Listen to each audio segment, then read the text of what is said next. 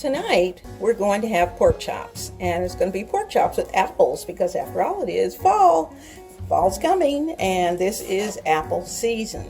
In the bottom of my skillet, which is screaming hot, I have a couple of tablespoons of butter, and what I'm going to do is to take my apples and I'm going to place them around the skillet. And I thought they would be pretty decorative. Try to do it nicely, and I will. It just takes a minute to get them all looking nicely in the bottom of my pan. So I'm going to do that. On top of this will be some sliced onions, salt and pepper. And you're going to have a couple layers because we're using 2 apples. And you can use your favorite cooking apple. I like Granny Smith, but I didn't have any, so I'm using the apples I had in the refrigerator to use them up.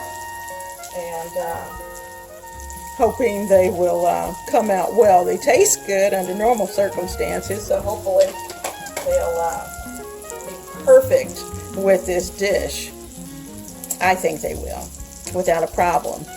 Now, once I have the onions in the pan on top of the apples, and they're going to be little onion rings, then I will place the pork chops on top, cover it, and let it cook slowly, very slowly, until my pork chops are done. And hopefully they will get just a little brown and golden. So I'm going to continue to do that, and then I'll bring you back.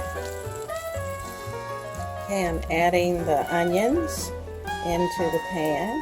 Just put a layer in. This is 1 small onion because I'm really just fixing for 2, remember? And of course you can increase the size of the pan. This pan is probably about a 9-inch, and not very big, just large enough for our 2 pork chops to go in.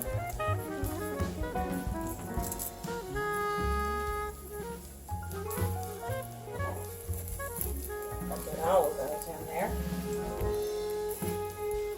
Now I'm going to sprinkle salt and pepper.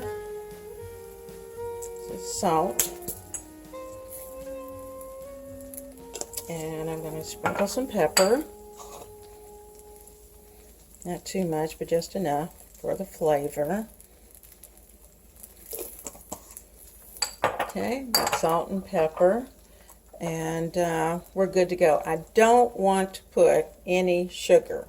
I want the sugars to come directly from the apples and from the sweetness of the onions. Let them do their natural thing. Now, I'm going to get the pork chops and get them on top.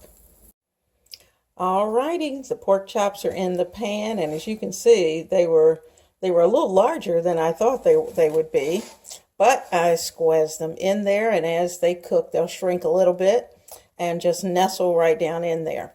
I put a tiny bit of olive oil on the pork chops with some salt, some pepper, a little bit of garlic powder, and I'm ready to put them in the oven. I'm going to cover them with the top, put them in the oven for about 30 minutes. Well, the pork chops are out of the oven, and I'm going to take a spoon, tilt the skillet just a bit, take some of the juice that has accumulated on the bottom. Can you see all that juice? I'm going to take that and just baste the tops of these pork chops. I flipped them, and they are tender. I mean, they are really tender at this point. The apples are down underneath, so when I serve these, literally, this is enough for 2. And of course, you will judge according to your skillet how many people you have, and I would say about a half apple per person would be your best guess. Figure a half apple a half of onion per person. Now, of course, if you have children, you can probably cut back just a little bit. But other than that, that's good to go. If you aren't watching calories or trying to be careful, you could certainly add just a tiny bit of flour or cornstarch to the juice and kind of thicken it up a little bit if you wanted a thicker gravy. But I don't. We're trying to be a little healthier. So because of that, I'm going to leave it just like that. I have our salads ready, and we're about to get ready for dinner. Okay, I'm working on this plate. I'm getting ready to take just a little bit of the au jus, and I'm going to baste it over my apples and pork chops. Alrighty. There we go.